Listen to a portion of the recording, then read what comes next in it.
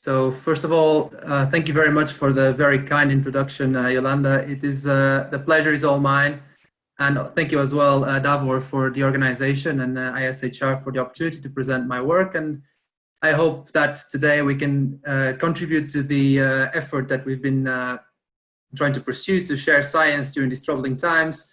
And my focus will be on discussing hypertrophic cardiomyopathy in the hPsd-CMs models we've developed with an emphasis on sarcomeric mutations and disease modifiers.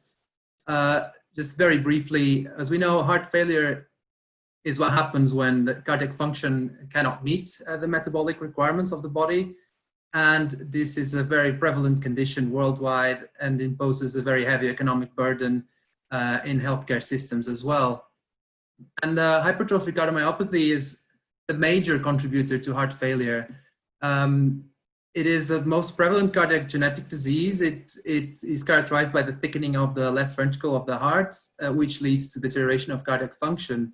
And quite dramatically, you can see a lot of cases where sudden cardiac death events were occurring at very young individuals, particularly in athletes. There's a number of footballers where that was happened even in live streaming. So it is a very complex condition, and the reason for that is because the complexity is tremendous and due to several aspects. First of all, its diagnosis is done by imaging, usually by echocardiography, where clinicians identify increased left ventricular wall thickness as the main point of diagnosis, but this diagnosis is only a static characterization of this condition.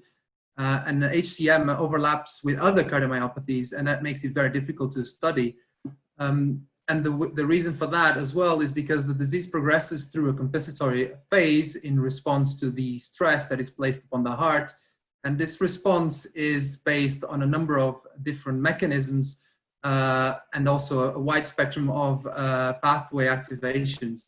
And it ranges from enlarging the cells, initiating different gene programs, shifting the substrates that the cardiomyocytes can take for their metabolism. It ends up causing myocardial fibrosis. And if this response is prolonged for a long time, it leads to an energetic and functional imbalance that precipitates heart failure.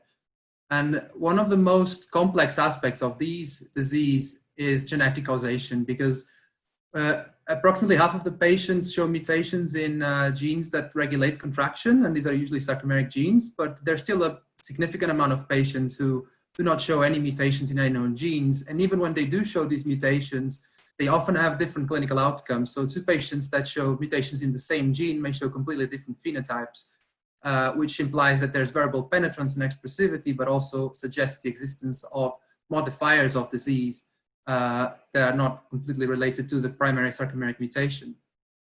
In order to address this complexity, there's been a number of models that have been developed in this field. I mentioned briefly how live patients can be diagnosed, but you can also extract heart tissue from a biopsy and analyze it at a tissue level, or process it further into the cellular components, the cardiomyocytes, or even further down to myofibrils that allow direct evaluation of the myofilament function. And even further to the two main interacting proteins that are involved in the contraction, the actin and the myosin, it allows very specific protein-protein interaction studies. And in another side of the story, you can increase the complexity by studying animal models of disease, where you do transgenesis and introduce the mutations you want to study. And despite the fact that these different models were very crucial for the understanding of the disease and allowed us to uncover the main hallmarks of disease progression, they still have a number of challenges associated with them. Mainly the availability of the heart tissue from human patients and the introduction of technical artifacts when you process them. But also in terms of animal models, there are very known and notable species differences relative to the human counterpart, and that makes the extrapolation of the data in some aspects quite difficult to do. So the field has now progressed in parallel to the development of a humanized model based on pluripotent stem cell-derived cardiomyocytes. And this consists of extracting somatic cells from a patient, which are then reprogrammed into an induced pluripotent state by the transfection with Yamanaka factors. And the induced pluripotent stem cells can then be differentiated into the cardiac lineages by recapitulating the cardiac development. However, these models still offer some challenges, such as the immaturity of these cardiomyocytes. They resemble more a fetal stage than an adult stage. And when the models are based on cardiomyocyte only populations, they lack the multicellular composition and the neurohormonal control of the heart. But quite importantly as well is the fact that different donors, healthy donors, may have completely different clinical and cardiac biology functions. And this was reviewed here in this paper from Sal and colleagues, and they showed wide variations in the APD90s from healthy lines, even derived from patients or from commercial sources. However, this model also shows other advantages. We can make a limited number of cardiomyocytes, and they're human, so they're physiologically relevant. If they are derived from patients, they can recreate the patient genome, and they can also be the genome can be edited by genome editing technologies, as I will show you today. So our approach to take advantage of this model was to derive 3 unrelated healthy iPS cell lines and then introduce sarcomeric mutations using CRISPR-Cas9. And from those iPS lines that we generated, we can then differentiate and form isogenic sets of diseased and healthy cardiomyocytes where the effect of the mutation is isolated, and we can then study that in the role that this mutation have in the progression of the disease. And this allows to clarify the genetic causation, but also to uncover new modifiers of disease. And this was the study that I've led in my PhD. So we were interested in modeling a particular MYH7 mutation, which is one of the most frequently mutated genes. And we've done that by targeting with CRISPR-Cas9 by targeting the endogenous MYH7 locus. So we introduced a mutation of interest juxtaposed by a resistance cassette that allowed us to select positively target iPS lines. And we then excised this cassette using an additional recombination event. And we were able to generate heterozygous and homozygous mutants in the nucleotide of interest. We also introduced the silent mutation in the PAM site to prevent further targeting. And we also got additional lines that were very interesting to study forward, because we noticed that if we do not remove the selection cassette, the gene, the MYH7 gene cannot be expressed. So if in effect we have an MYH7 knockout. And in one particular cell line, we not only had a homozygous mutant in the MYH7 gene, but we also had affected an off-target, the highly homologous MYH6 gene. So after making all these different iPS lines by CRISPR, we then developed a set of protocols that allowed us to characterize their phenotype in light of the HCM hallmarks. And we've developed a number of methods for that, such as a flow cytometry method to investigate the cell volume, and high content imaging methods to look at different parameters of HCM, and more functional studies as well, looking at mitochondrial respiration and content. And I'm going to show some of those today. So from those iPS lines, we were able to differentiate them by recapitulating cardiac development. We routinely have quite pure cardiomyocyte populations, and these are quantified by high content imaging. We show typically above 85 to 90% purities. And one of the first things we did with these was to quantify the hypertrophic levels of a marker BNP, which is usually elevated in patients. And we saw that a gradual increase in the BNP expression in the cardiomyocytes once we progressed from the wild type towards heterozygous and homozygous mutants, and we quantify these by high content imaging. We can also even potentiate this signaling further with endothelin-1 treatment, and we show that this was more like a chemical control. We can maximize BNP expression, but importantly, if we treat with the antagonist of this pathway, which is bazentan, you can rescue the BNP levels that are elevated in the mutant lines back to levels that are consistent with a healthy isogenic control.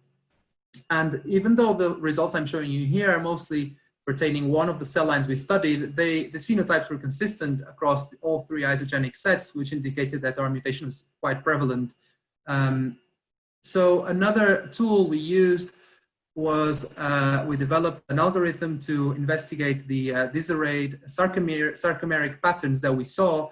And this algorithm allowed us to distinguish between cardiomyocytes that showed aligned and organized sarcomeres with those that were exhibited in the mutant lines that showed disorganized, or even if you look at the MYH7 knockout condition, the patterning is completely eliminated.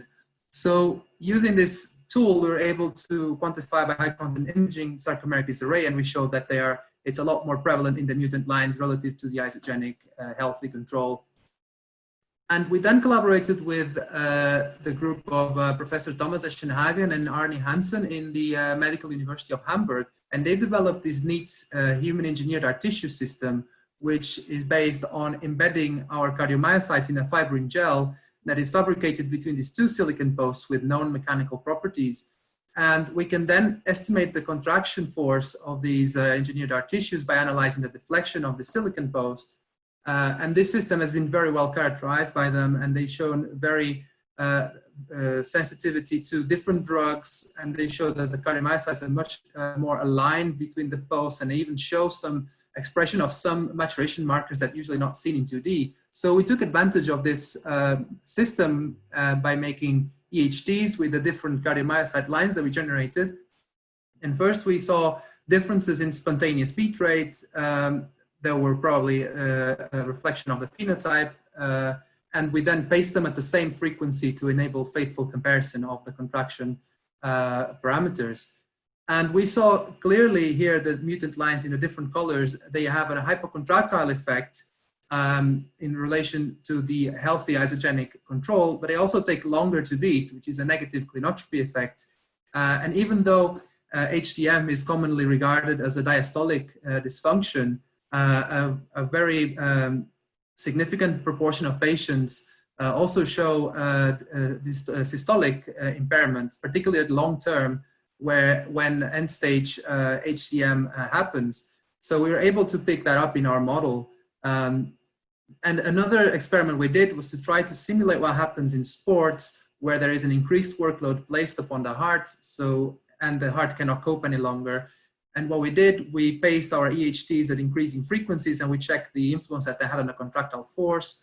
And we saw that while the wild type line could take this increase in frequency by only a very small reduction in force, the diseased lines have a much more pronounced decrease in force, or what we call a more pronounced negative force frequency relationship, which accounts for the fact that they are diseased lines. In one of the studies we were involved, another study which was led by Dr. James Smith at the time, we explored the role of another mutation in another gene, the E99K mutation in the cardiac actin. And what we were able to access a patient family where this mutation was prevalent, and we made IPS lines from both diseased individuals and healthy relatives. So when we extracted fibroblasts from the diseased individuals, we reprogrammed them to IPS, and then we corrected the mutation with CRISPR using a similar approach like I showed you before, and we're able to rescue the heterozygous mutation back to the healthy state. But we also did the opposite strategy where we introduced the mutation in healthy relatives in order to have the same isogenic set in order to compare them. And we did similar experiments. We made EHTs with them. We analyzed force, and we show here in red are diseased lines that have the mutation, in black are the isogenic controls. We show the E99K line that was corrected as a very clear hypercontractile effect, both in terms of force, but also very clear differences in contraction and relaxation.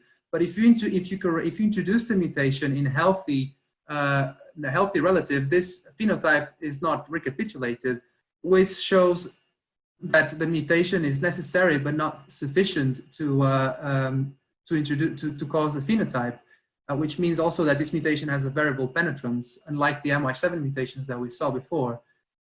And another thing we looked at was, which is another hallmark of HCM, was myofilament calcium sensitivity. And for that, we made EHTs, and we placed them in Virode solution with different calcium concentration, and we analyzed the effect that had on the overall contractile force. And it's just comparing the patient-derived IPS cardiomyocyte lines, and we show that the disease lines here in red have a higher calcium sensitivity, so a lower EC50. But if we then compare each line with their isogenic control, where the mutation is either corrected or introduced, this phenotype is no longer significant, which further corroborates our notion that there are possibly genetic modifiers that modulate the response to the primary sarcomeric mutation that may be present in one of the lines and not in the others. And because we saw differences in the calcium handling, we decided to study the arrhythmic phenotype. And this was the work led by Dr. Jamie Bagwan.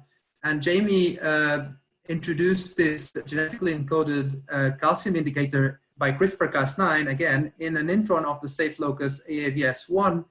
And this allowed us to monitor calcium transient activity over time by looking at the fluorescent intensity of this signal. And we performed confocal line scanning of individual cardiomyocytes and looked at the calcium transient activity.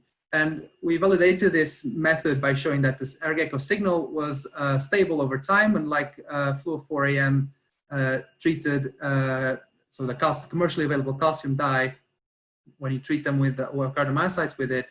And they also, this genetically encoded approach is not toxic to our cardiomyocytes, unlike the treatment with a commercial dye at the long term. So we made calcium reporter lines with by introducing this indicator in all the different sarcomeric mutant variants that we had, and we saw some double peaks or a lack of restoration of the peak intensity back to the baseline level, which were indicative of an aberrant calcium transient. So we quantify these over time, and we saw that there was a statistically significant increase in these events, but also an increased systolic calcium peak amplitude and beat rate in the MYH7 mutants relative to the isogenic control. But interestingly, if we did the same experiment in the ACTC1 line, we saw an increase in the calcium transient frequency, but no differences in the peak amplitude and beat rate, which for us, it meant that there were similarities and differences in mutations that have corresponding to the same disease, which were quite interesting to explore further. So we then looked at how calcium levels in these cardiomyocytes could potentially be affected. And for that, we performed the calcium transient analysis upon treatment with nifedipine, which is an L-type calcium channel blocker. So it blocks the influx of calcium from the extracellular space into the cardiomyocytes. And we saw that while the wild-type lines of each model here in the top stop beating after a while, and this is still only 5 minutes, the mutant lines, they keep beating for longer. And this suggests that there is an intracellular calcium overload in the mutation, in the mutant lines of either mutation. So because we saw similarities and differences between the two mutations, we decided to look in a little bit more in detail in the molecular pathways that were being activated. So we did a very focused analysis of the gene expression levels of different ion channels and calcium handling proteins. And we saw that in comparison to the isogenic healthy control, both lines overexpressed the sodium channel SN5A, but then they had opposite profiles of expression of several calcium handling proteins, such as CALM1, calsequestrin 2, and CAMK2D. And one of the other players that called our attention was this IRF8 that was downregulated in the MYH7 lines and upregulated in the ACTC1 lines. Now, IRF8 is a negative regulator of nuclear translocation of several transcription factors that activate the gene expression path signature of hypertrophic cardiomyopathy.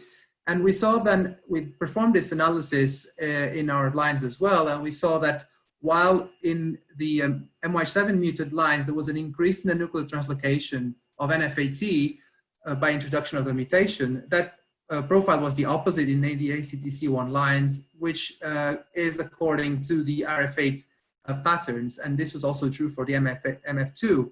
So again, this highlights that there are similarities, but most importantly, differences between different lines made with different mutations. And we then tried to rescue some of these phenotypes, and we started by targeting the pathway that were common between both of them, which was the arrhythmic pathway. So we treated our cardiomyocytes with dantrolene, which blocks the release of calcium from the sarcoplasmic reticulum by blocking the ryanodine receptor. But we only saw a very mild decrease in the percentage of arrhythmic events in both mutations, in both mutant cardiomyocytes.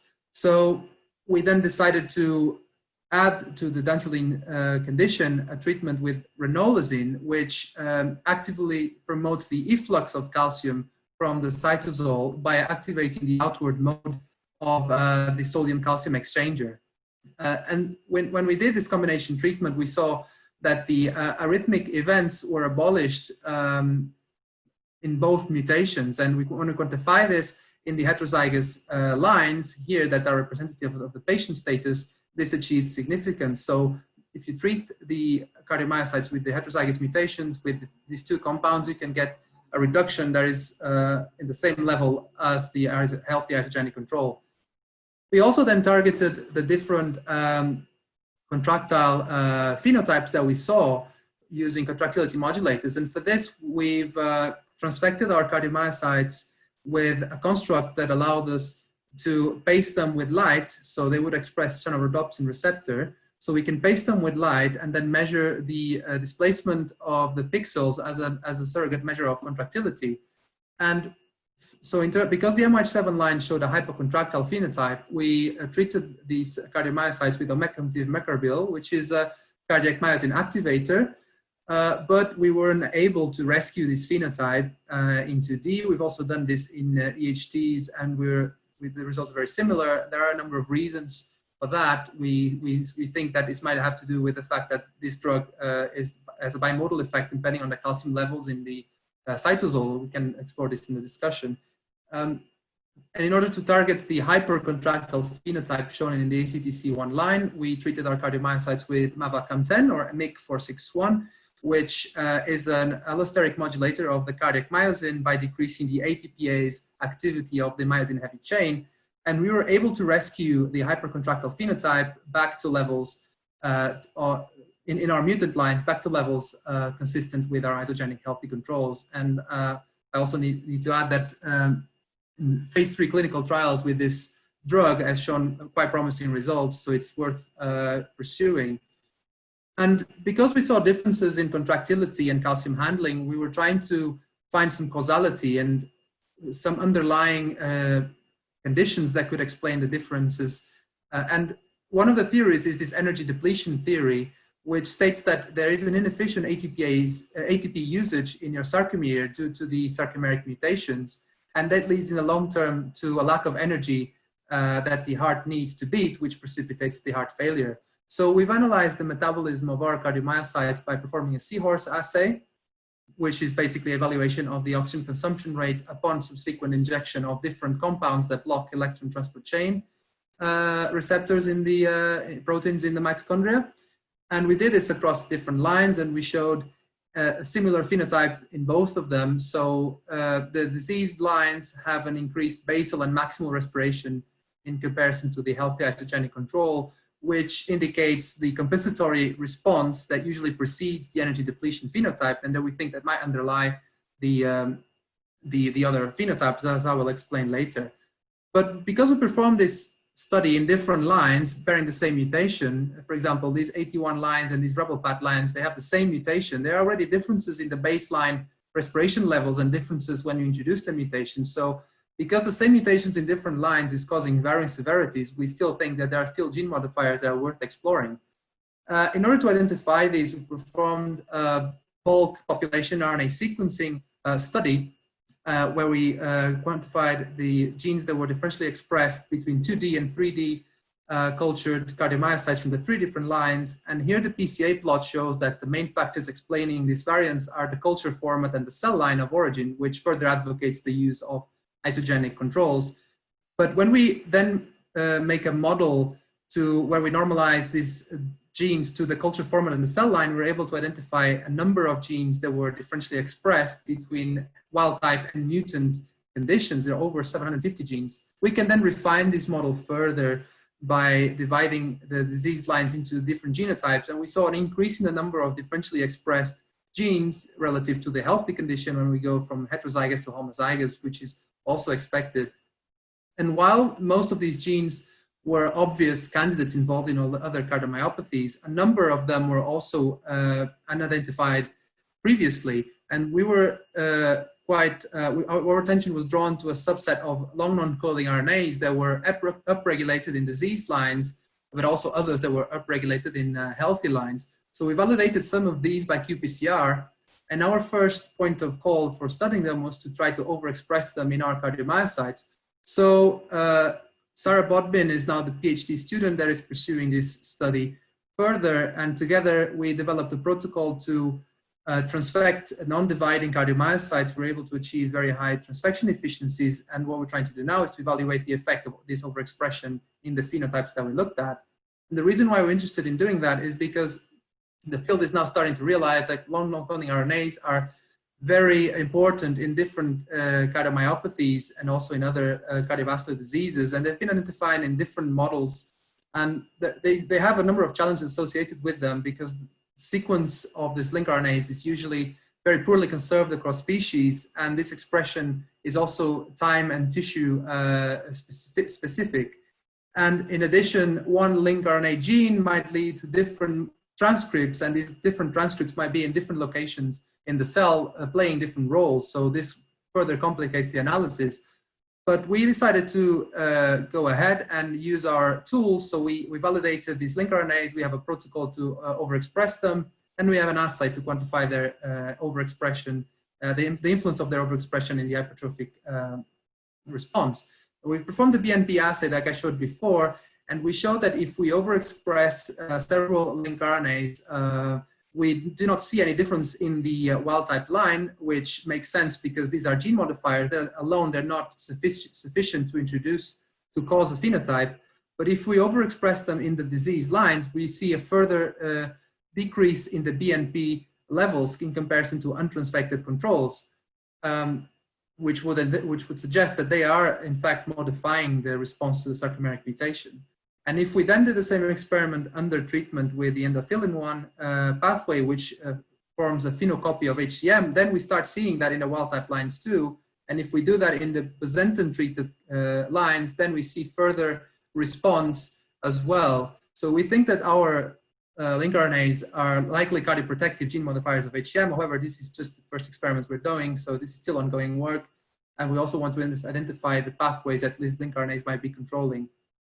And another possible hotspot for gene modifiers is the mitochondrial DNA. And the reason for that is because patients that show mutations in the mitochondrial DNA or have reductions in the mitochondrial DNA content often have phenotypes in the heart.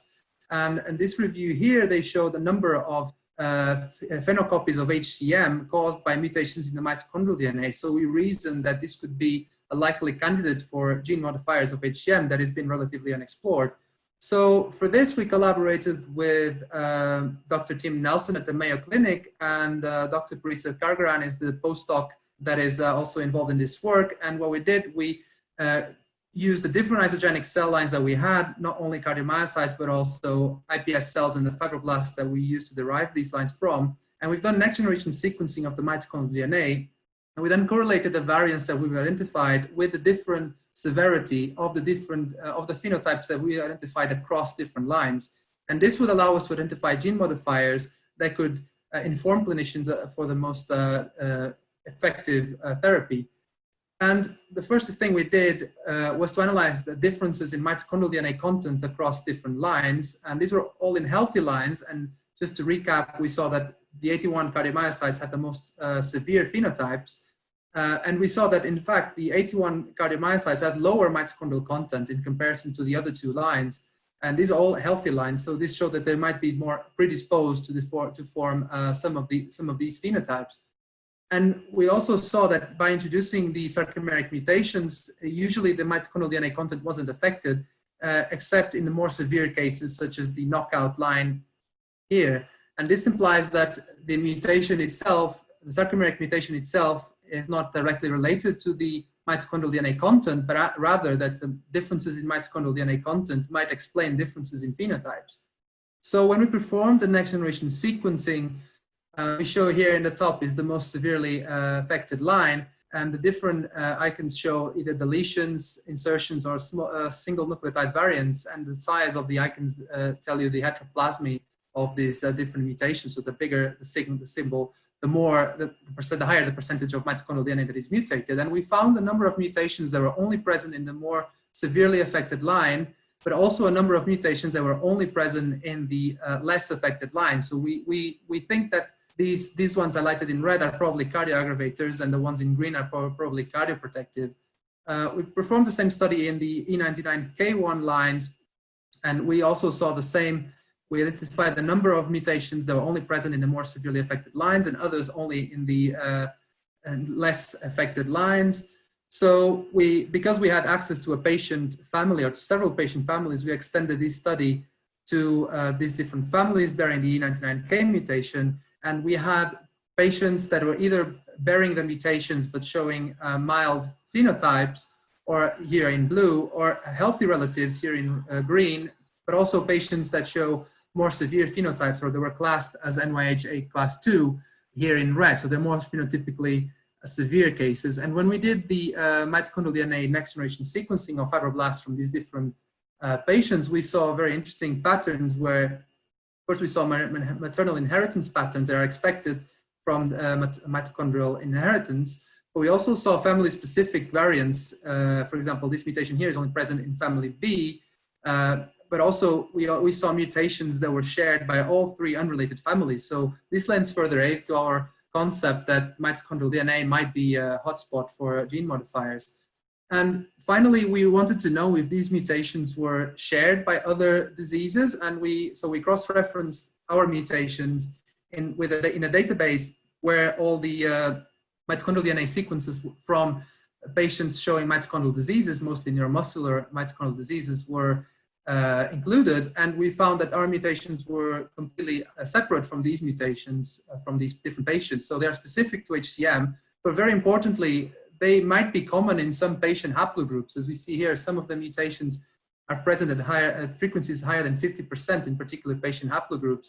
So we think that this is very important because it supports further genetic screening for the patients, because 2 patients may have the same sarcomeric mutation, but if they have these additional mutations in the mitochondrial DNA, they might have a less or more severe phenotypes. And this could inform clinicians in terms of the best, more effective treatment. So in conclusion, I hope I have convinced you that our cellular models are able to recapitulate the most prominent disease hallmarks, despite their relative immaturity, and we're still working on refining these models further, that this disease is very complex and it shows mutation-specific effects, but we think that some phenotypes underlie all the different conditions that we saw, and in particular case of energy depletion, we think that if the cardiomyocytes have not enough energy to reuptake calcium into the sarcoplasmic reticulum, this leads to the intracellular calcium overload that we saw, which in turn precipitates the arrhythmias. And we've also identified a number of gene modifiers that may underlie variation of HCM phenotypes in patients with the same sarcomeric mutation. We're still working on the lncRNAs, or the mitochondrial DNA variants we identified were in a correlative study. We wanted to gain a loss of function studies, but editing the mitochondrial genome is still a very challenging process, but it's something we're very interested in doing. And finally, we think that even though there are common phenotypes across different mutations, the effective pharmacological rescue should be mechanism driven and tailored to each individual mutation. So I'd like to finish by thanking everyone involved in these different studies that I mentioned. In red here are the PIs that supported and sponsored this work. In bold, PhD students and postdocs that we collaborated with. And if you do feel that you have a research question that could benefit from these kind of models, I'd be happy to get in touch with you. So just drop me an email. And finally, I'd like to thank you and look forward to your questions. Thank you, Diogo, for a wonderful talk, showing published data, but also very novel data. There are many questions already, so I would like to pop the first one to you, which is by Anand Chopra. And it stated that mice and heavy chain mutations for HCM have been shown to generate a hypercontractile phenotype. So that's the usual thing which is observed. However, you show this mutation, myosin heavy chain mutation, which actually shows the opposite. It shows hypocontractility. And do you have any hypothesis to explain this? Yeah. So this is a common point that we always have to explore. So the problem is that those studies are usually contradicting depending on the model that you derive the conclusions from. So most models based on tissue biopsies from human tissue show hypocontractile from most MYH7 mutations, most but not all. However, those mutations in other systems, such as heterologous systems or from mouse, also show hypercontractile phenotypes. The reason for those discrepancies might be due to species differences. So the humans express the beta isoform as the predominant form in the ventricle, whereas the mouse expresses the alpha isoform. So affecting the beta in the mouse might cause a completely different effect as affecting the beta in the human. But in addition, the clinical definition of hypercontractility, which is usually based on higher ejection fraction, may be skewed by the fact that the hypertrophy is usually a concentric mechanism. So where there is a decrease in the left ventricular compartment with no change in the heart size, which causes an apparent hypercontractility, but when normalized to cardiomyocyte or myofibril density, it is actually a hypocontractility. So what we do think overall is that some mutations are causing either hyper or hypo, or even no change in contractility at all. The complexity there is so wide that it makes it quite difficult to draw generalizations. Yeah.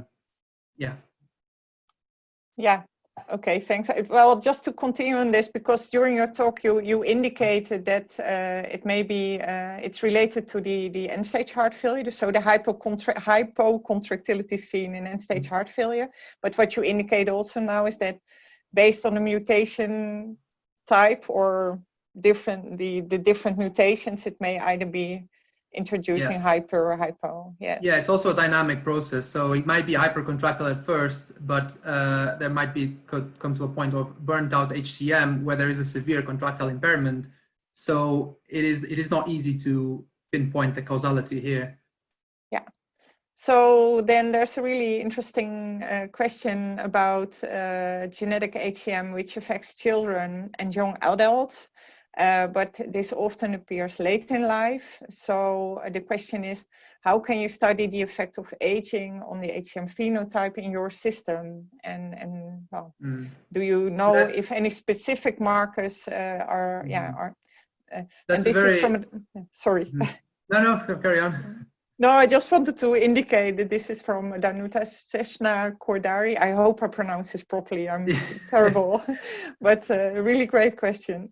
Yeah, it is a very good question. As far as I'm not aware of any markers for aging of the heart. We could potentially age our cardiomyocytes more simply by keeping them in a long-term culture. We can culture these for years if we want to. However, they're still relatively immature when we start. Most of the studies we performed are around day 30. So probably it will need a severe maturation and probably post-maturation to actually age them to cause these kind of models that you're interested in. But yeah, it is something that would be really worth doing. Okay. And then there's a question related to the calcium handling, which you showed. So a question of Dr. Lam, is the diastolic calcium level different in the HCM lines, and how does calcium defect alter force in HCM iPS cardiomyocytes? So yes, the diastolic calcium was different. We can analyze that by looking at in the RGECO lines, in the calcium reporter lines. We can look at the baseline fluorescent levels between lines as an approximation. So to get an actual absolute quantification, you would need a different kind of indicator, which is usually a ratiometric indicator that changes the wavelength depending on whether the calcium is bound to this indicator or not. But using the kind of indicator we employed, you can still do an approximation. And we did see increased diastolic calcium in the mutant lines in both mutations. How calcium defect alters force. Yeah, so we did see a difference in contraction force, the difference in calcium sensitivity in the ACTC1 line, which caused a hypercontractile phenotype, which makes sense because if you need less calcium to have the same force, and if you already are, if you have a mutation that makes your cardiomyocytes extremely sensitive to calcium, then then you will perform even beyond the capabilities at normal calcium levels. And having a calcium overload will also make sure that there's enough calcium available for the actin-myosin contraction to be done. But these specific mechanisms will probably down to other phosphorylation pathways that we haven't looked at, but it would be very interesting to study as well. I mean, Okay, sorry if I can interject. I mean, Diego, I'm not convinced that with a non-ratiometric calcium indicator, you could even make a suggestion that, you know, just because the levels are higher, that there is more calcium. I personally wouldn't be comfortable with that if I'm doing my experiments, but I don't know, you know, I'd be personally careful about sort of making those kind of conclusions, but yeah, no, I did say it's an approximation, but we have other ways of doing it. We can also label with a ratiometric dye. We can also, again, look at the intracellular levels by treatment with drugs that block them. These are, again, surrogate assays. It's not really, as you say, an absolute definition. So we have a suggestion that it might be, but we don't have an absolute proof. Yeah.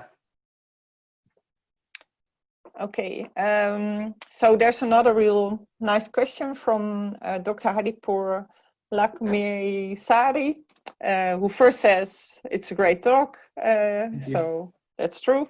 And then the first question is, does the contractile force of your stem cells or stem cell-derived cardiomyocytes, how do they compare to wild-type adult cardiomyocytes? So can you really assess the maximal force development, or Yeah, there's still even in the HT system, there's still a few orders of magnitude below the wild-type adult cardiomyocytes. But this is the point of using isogenic sets, is that you can always compare the effect of the mutation with the most closely related healthy control that you have that are cultured in the same way for the same amount of time.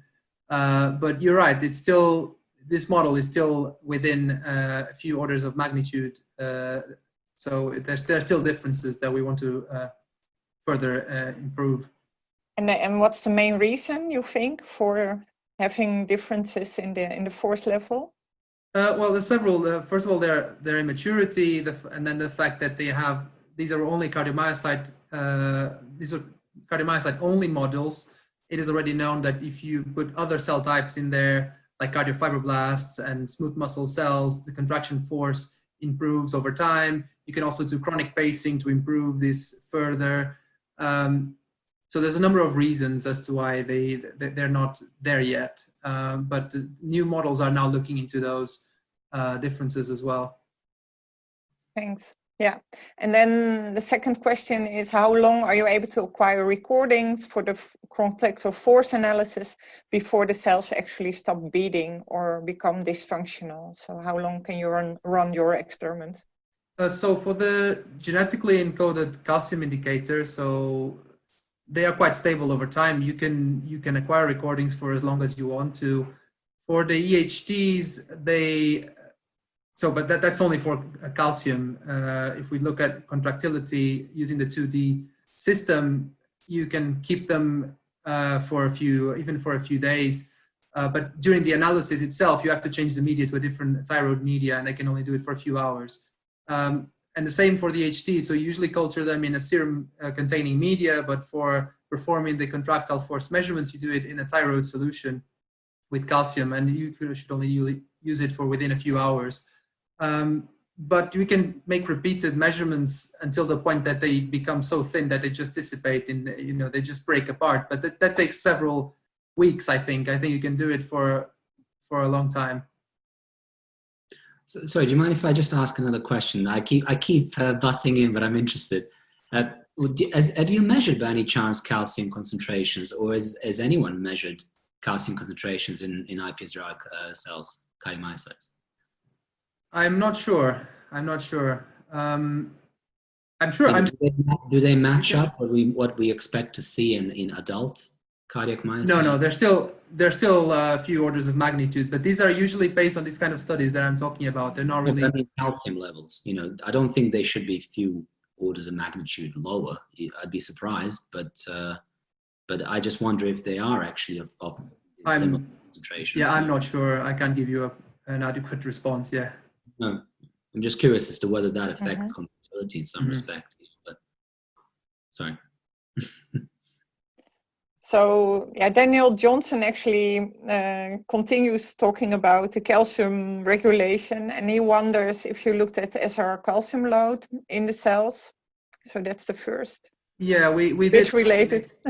Yeah, we did caffeine experiments. So we treated our calcium reported lines with caffeine that promotes the complete efflux of calcium from the sarcoplasmic reticulum. But we did not see any differences between mutant and healthy conditions. So it was just quite surprising, but also,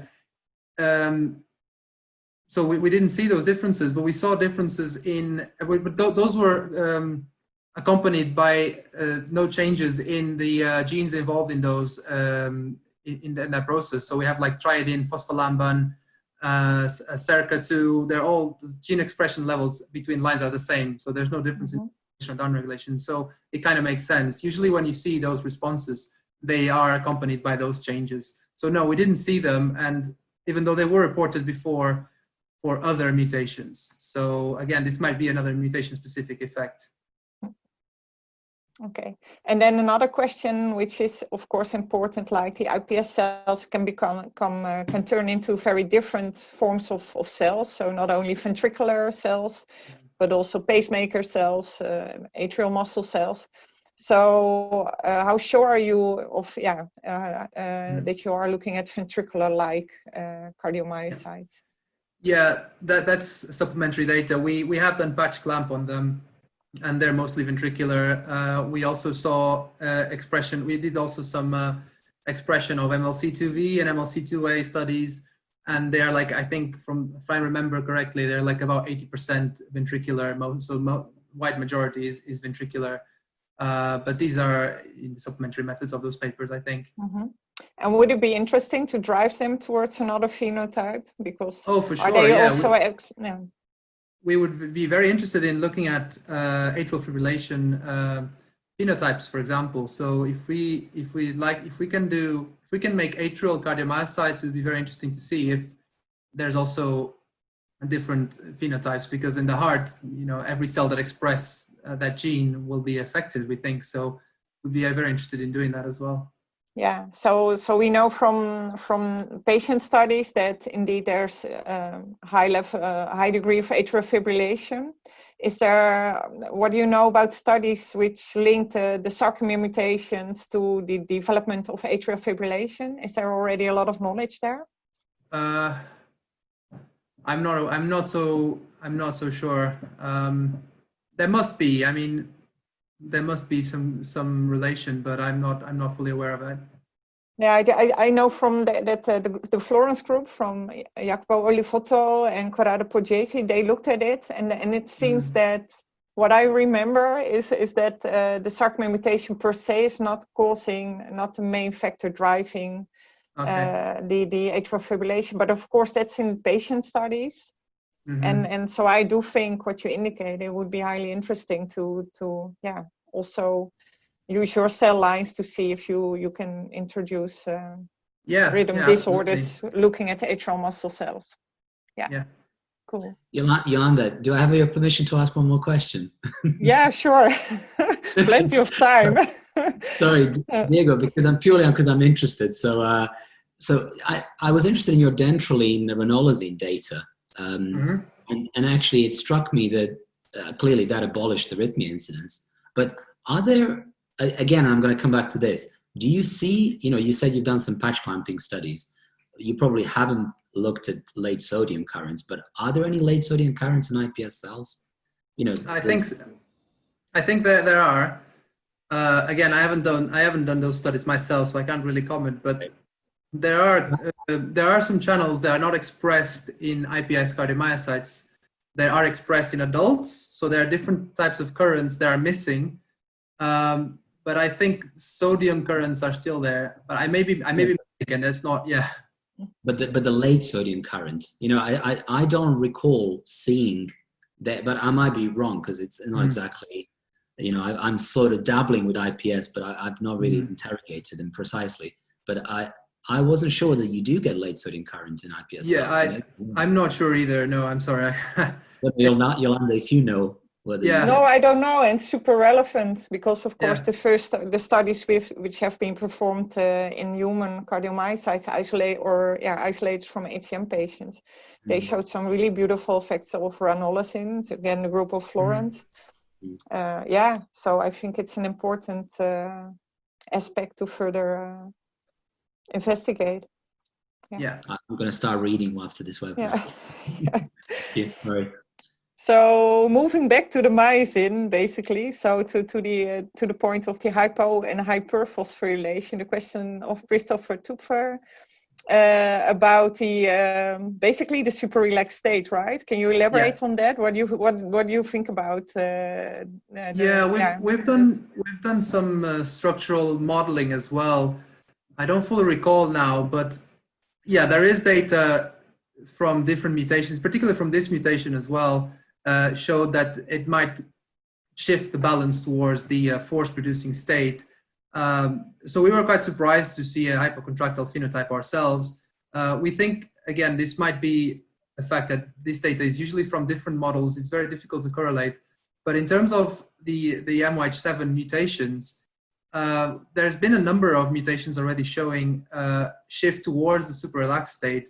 And I remember, for example, the E848G mutation, it was seen to cause that. The R403Q, I think, was that one caused it the hypercontractility. So I'm not really sure about this mutation in particular, but yeah, it is something that sometimes the structural modeling results are not usually compatible with what we see at a tissue level, and there might be a reason for that. It might just be we're either oversimplifying in one model, or the assays we have to quantify it in a tissue model are not so sensitive. It's something that needs work for sure.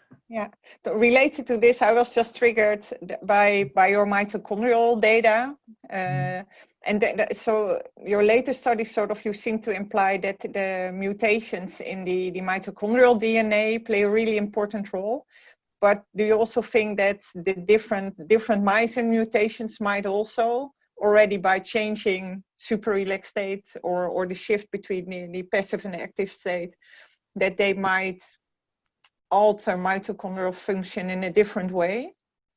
Oh yeah, for sure. I mean, some mutations may cause gain of function in terms of energetic imbalance. So they may make the contraction itself, the detachment and reattachment of the myosin heads, to be a lot more energetically favorable or less favorable, and that would affect the mitochondrial respiration. Would then fit, Yeah, but yeah, making those studies, it's quite difficult. But yeah, I think everything's related in the end. I mean, try to get a holistic picture as much as you can.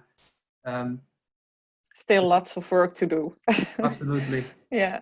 So then we move to the long non-coding RNA data you showed. So Max asked, I'm interested in how you control for non-dividing cardiomyocytes in your in your RNA experiment. Yeah. Hi, Max. So we have protocols for selecting non-dividing cardiomyocytes. I mean, we were able to do lactate purification, for example. But also we think that one thing we really want to do is to evaluate the expression of lncRNA over time during our differentiation protocol, because it may be that we just have it turned on when the cells actually become cardiomyocytes. So it is something we need to do still.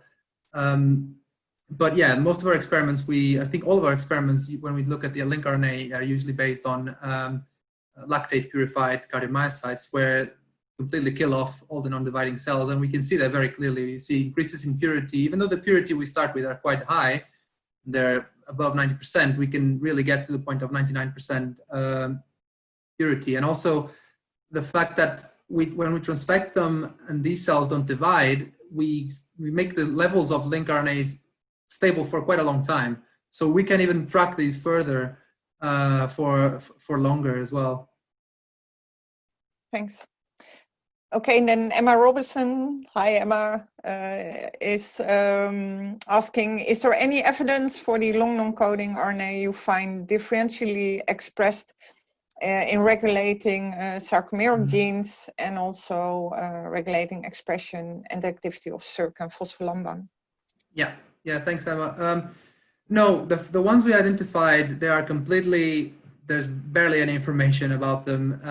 And we did not see, the little information I found, we did not see any regulation of other sarcomeric genes or related cardiomyocyte function. I know there are a number of lncRNAs that do that, like the MyHeart or the BraveHeart, but those are studies we still need to make. For example, what we want to do, one of the things we want to do, we want to overexpress the lncRNAs and then see if they interfere, if this interferes with the balance of MYH7 to MYH6 isoform, because that's what we see in hypertrophic cardiomyopathy patients. There is a further shift towards MYH7 expression because it's the economically, it's the most economically, energetically economic isoform. And we think that the overexpression of our lncRNAs might cause those changes, and it's something that we're working on. It would be very interesting as well to see changes in SERC and phospholamban given the differences that we saw based on sarcoplasmic reticulum, calcium handling, all those different arrhythmic profiles we saw. So it's definitely something that needs to be done. Yeah, I just want to point out this is still very early work. Mm-hmm. So, and then we still have two questions which are more like about methodology. Monica Gladka asks, do you think that using iPS-cardiomyocyte and engineered heart tissue is sufficient to study HCM? Because the disease phenotype in patients is restricted to the septum, and well, do you mimic that basically in your engineered heart tissue or in your 2D iPS cultures? Yeah, I mean, clearly they're not enough. They're just a milestone. It's a stepwise improvement. So we want to upgrade these models now into multicellular models. That's something we're doing. We do see some of the treatments, some of the drugs we chose were drugs that they're already in clinical trials, and we saw very similar effects. Mavacamten, like I said, is one of those that works really well in our lines, and they're also shown very promising results in phase 3 clinical trials.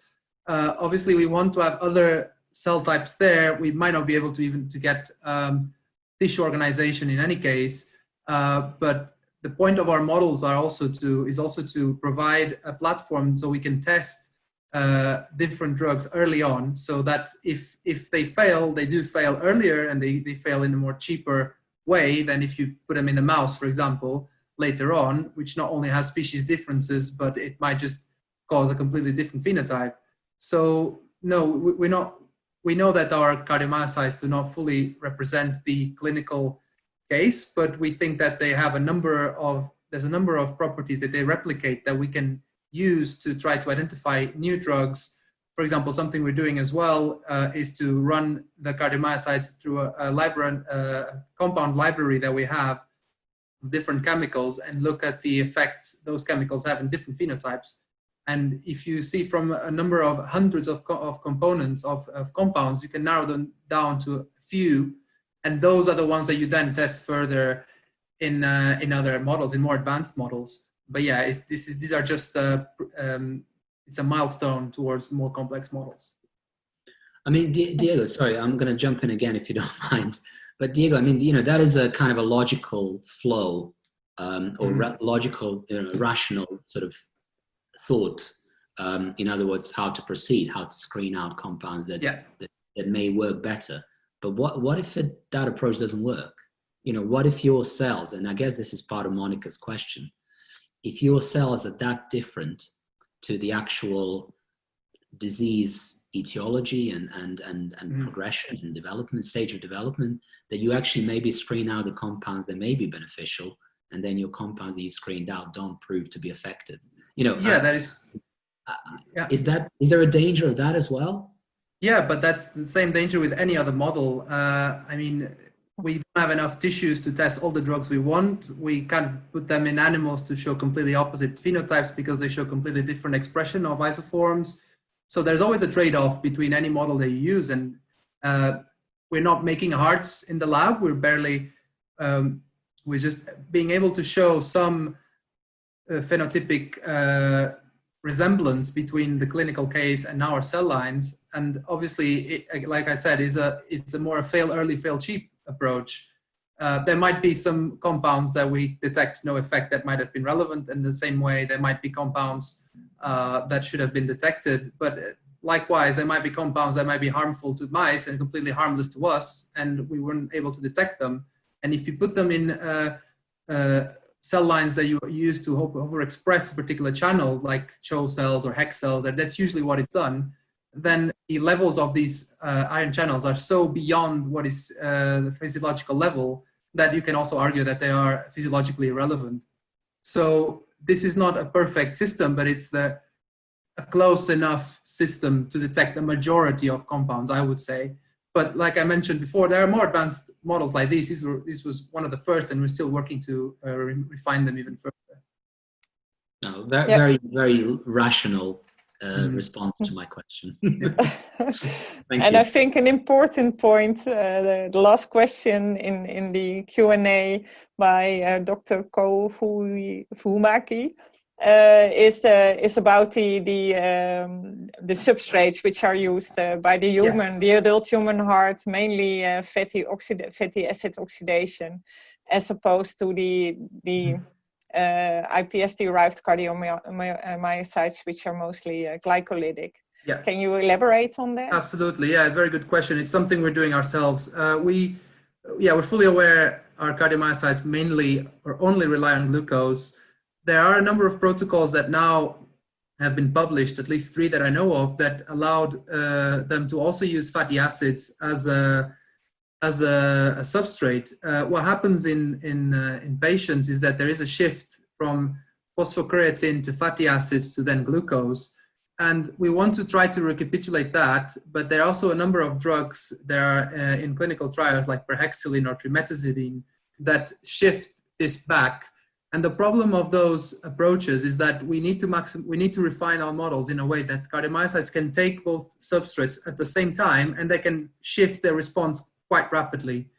So it is something, again, that we're working on. It is definitely, I think it is solvable, because all you need to do is to treat them with those fatty acids for a couple of weeks and then see if the levels of, for example, do a Seahorse analysis, see if the levels of basal and maximal respiration profiles increase, which is usually what happens. But it is something that I'm really eager to do once we go back to the lab. Yeah. One of my plans that during this lockdown was to do that. Thanks. There's actually, do you still have energy? Because there's even fine. one more anonymous, from an anonymous attendee, a question saying, hi, do you happen to know or detect any fluctuations in protein translation rates along the differentiation process of your iPS cells to a cardiomyocyte phenotype, regardless of a pathologic mutation? Are you aware of such studies, or? Short answer would be no. I'm not aware of any paper showing differences in protein translation rates. There are a number of studies looking at autophagy, but that's a completely different scenario, mainly Lucy Carrier's group. I'm not so much aware of changes in protein translation rates during the differentiation of iPS. No, sorry, can't be of much help. I'm just curious to know if do you want to know more about a specific protein? I'm asking this to the anonymous attendee. Yeah. It's just curious to know why you are eager to know this. They may respond. Yeah, or not.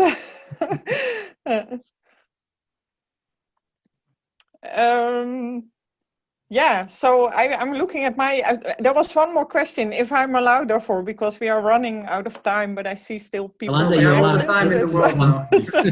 So I was intrigued by the differences in beat rate.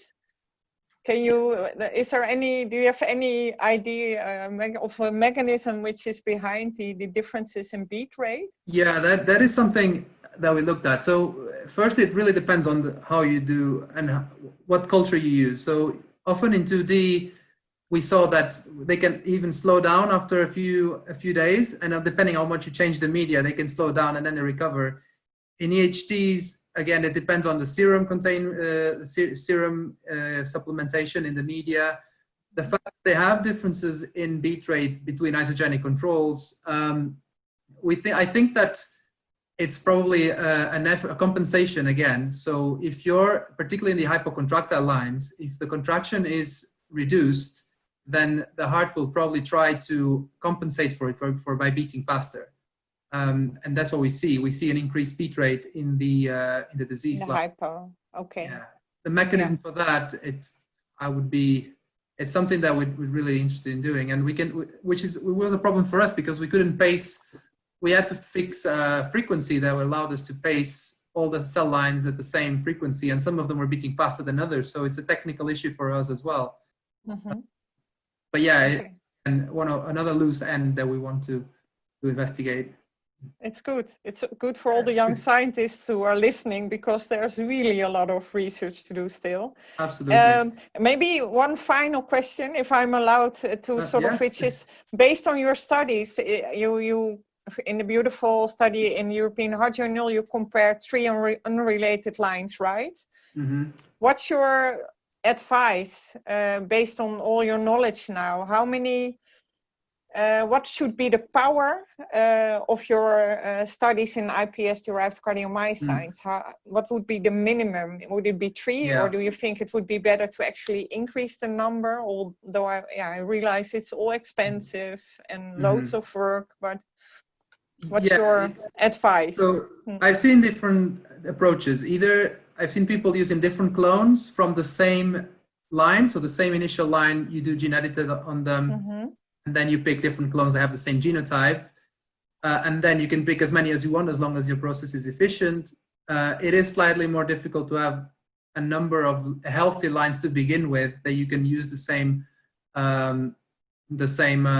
strategy to edit them. I can't tell you a magic number. I think, again, this is so dependent on the mutation itself. Some mutations are known to be more penetrant, and we picked this one in particular because the field was relatively new back then, and I decided as a PhD student I wanted to do something that actually works. So I did some reading to pick this mutation. So if you have some clinical a priori information that you know that your mutation is going to be quite prevalent, you may not need to introduce it in too many lines, probably a minimum of 3 to 5, I would say.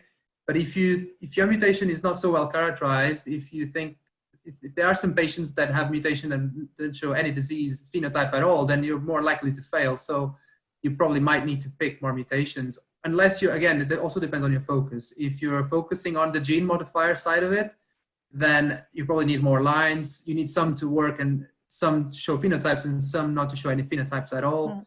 So it is difficult. It is a difficult one. And as you say, it's a lot of work. It's because everything needs to be done in sync. So all the differentiations need to be synchronized. The different aspects need to be done side by side for a proper controlled experiment. Yeah. Now I'm highlighting it because I think some reviewers sometimes do not realize how much effort is already put in. Absolutely, so, and then the protein of interest and some too. So that's about the protein translation rates. Yeah, so okay, thank you for that. You do not have to answer it now, but if you run into it, then okay, definitely look into it. Yeah, or any of the other attendees, that would be wonderful to share it after this beautiful lecture and Q&A. It's an RNA methyl transferase. Okay, thank you for the addition. Okay, well, I have no further questions. Thank you for a great lecture and very elaborate answers to the questions. I very much enjoyed it. Thank you for sharing.